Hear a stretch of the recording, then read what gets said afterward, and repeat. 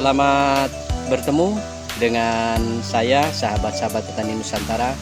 Kali ini saya sedang berada di lokasi sawah Saung Tani, di mana Saung Tani ini bukan cuma hanya dimanfaatkan untuk menanam tanaman sayuran, tanaman buah-buahan, tetapi di Saung Tani ini juga saya mengelola sawah seluas kurang lebih 3.800 meter persegi. Ada lahan kering atau lahan darat seluas kurang lebih 1,5 hektar yang difungsikan untuk menanam tanaman pangan lainnya dan tanaman kayu kehutanan. Dan hari ini kami sedang melakukan pengamatan lapang karena sahabat-sahabat petaniku, sudah beberapa pekan ini kondisi cuaca itu sangat ekstrim, sering terjadi hujan yang menyebabkan kelembaban dan suhu di areal pertanaman ataupun di lahan usaha tani kita itu menjadi kurang stabil. Kurang stabilnya kondisi cuaca itu berdampak terhadap penyebaran hama penyakit yang mungkin muncul menyerang terhadap tanaman kita. Salah satu contoh di lahan usaha tani ini, di sawah, tanaman padi sering terserang penyakit blas. Pengamatan awal, tentukan pengamatan keseluruhan pada areal pertanaman padi di lahan sawah kita. Yang selanjutnya tentunya kita mencari tanda-tanda ataupun gejala serangan penyakit itu. Ini pengamatan kondisi lingkungan sahabat-sahabat petani ya. Yang pertama kita amati kondisi cuaca ataupun suhu, kelembaban, curah hujan, amati kondisi pH tanah. Nah ini sahabat-sahabat petani ya. Nah ini ada ciri-ciri tanaman yang terinfeksi ataupun terserang penyakit blas sahabat-sahabat petani.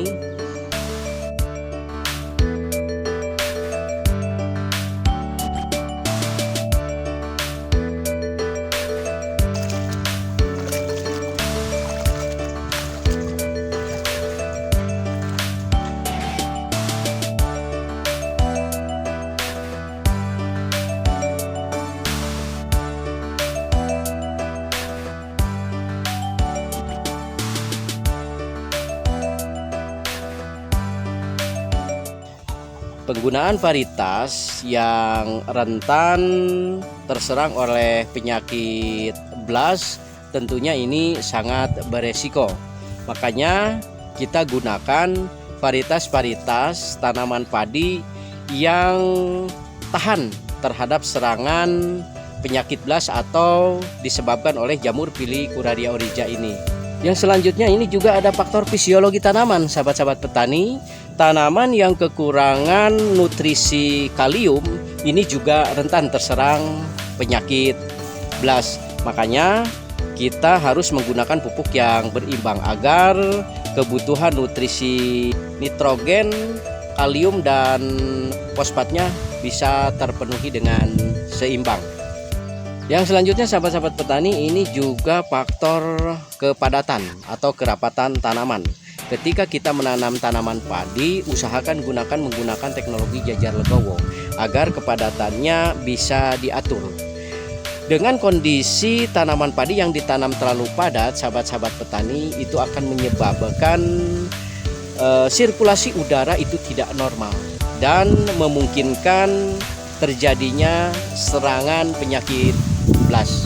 Dan selanjutnya ini faktor manajemen irigasi yang tidak tepat seperti pengairan berlebihan ataupun sering terjadi kekeringan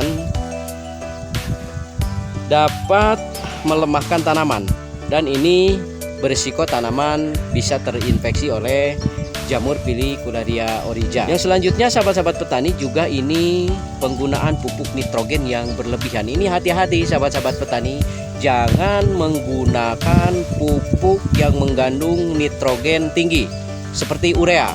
Dengan adanya penggunaan atau pemberian pupuk nitrogen yang berlebihan, itu akan pertumbuhan padi cepat dan lebat, dan ini tanaman menjadi lemah.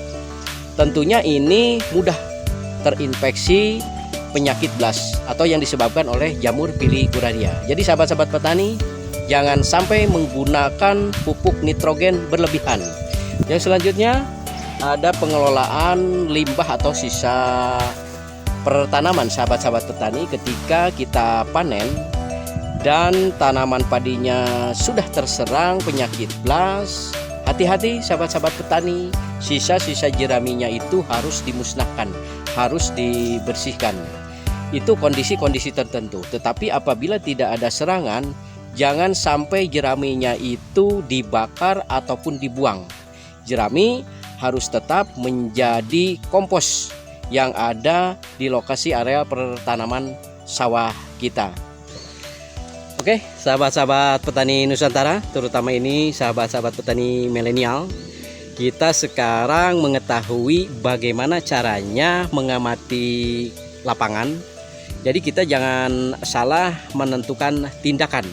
Ketika kita sudah melakukan pengamatan dengan cermat dan kita sudah tahu yang diamati itu adalah serangan hama ataupun penyakit, kita akan mudah menentukan tindakan selanjutnya.